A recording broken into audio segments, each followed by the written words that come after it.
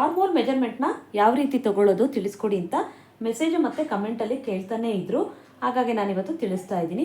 Customer ಕೊಟ್ಟಿರುವಂತಹ ಬ್ಲೌಸನ್ನು ನೀಟಾಗಿ iron ಮಾಡಿ ಈ ರೀತಿಯಾಗಿ ನೀಟಾಗಿ ಇಟ್ಕೊಳ್ಳಿ. ಬ್ಯಾಕ್ ಸೈಡಿಂದನೇ ನೀವು ಅಳತೆಯನ್ನು ತೊಗೊಳ್ಬೇಕು. ಫ್ರಂಟ್ ಸೈಡಿಂದ ನೀವು ಅಳತೆಯನ್ನು ತೊಗೊಂಡ್ರೆ ನಿಮಗೆ ಕರೆಕ್ಟಾಗಿ ಬರೋಲ್ಲ. ಯಾಕೆಂದರೆ ಅಲ್ಲಿ 1/4 ಇಂಚ್ ಎಕ್ಸ್ಟ್ರಾ ತೆಗೆದಿರ್ತೀವಿ ಫ್ರಂಟಲ್ಲಿ, ಹಾಗಾಗಿ ಅಳತೆ ಕರೆಕ್ಟಾಗಿ ಬರೋದಿಲ್ಲ.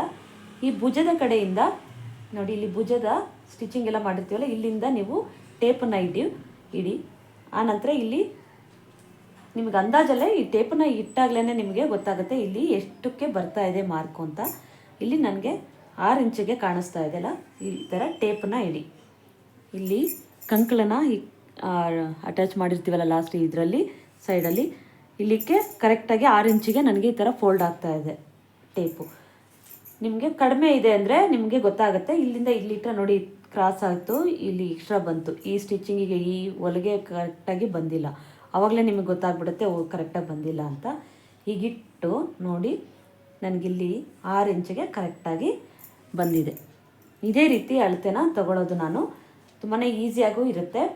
ಯಾವಾಗಲೂ ಬ್ಯಾಕ್ ಸೈಡಿಂದನೇ ನೀವು ಈ ಕಂಕಳು ಸೈಡು ಅಳತೆ ತೊಗೊಳ್ಳೋವಾಗ ಬ್ಯಾಕ್ ಸೈಡಿಂದನೇ ತೊಗೊಳ್ಳಿ. ತುಂಬಾ ಈಸಿಯಾಗಿ ನೀವು ಈ ಅಳತೆನ ತೊಗೊಳ್ಬೋದು. ಇದರಲ್ಲೂ ಏನಾದರೂ ಡೌಟ್ಸ್ ಬಂದರೆ ಕಮೆಂಟ್ ಮಾಡಿ, ನಾನು ತಿಳಿಸ್ಕೊಡ್ತೀನಿ. ಇದೆಲ್ಲ ಈ ಥರ ಎಲ್ಲ ಏನು ಮಾಡೋದಕ್ಕೆ ಹೋಗಬೇಡಿ. ಇಲ್ಲಿ ಮಾತ್ರ ಕರೆಕ್ಟಾಗಿ ಹಿಂಗೆ ಇಟ್ಕೊಳ್ಳಿ ಅಷ್ಟೇ. ಕರೆಕ್ಟಾಗಿ ಇಟ್ಕೊಂಡು ಅಳತೆನ ತೊಗೊಳ್ಳಿ.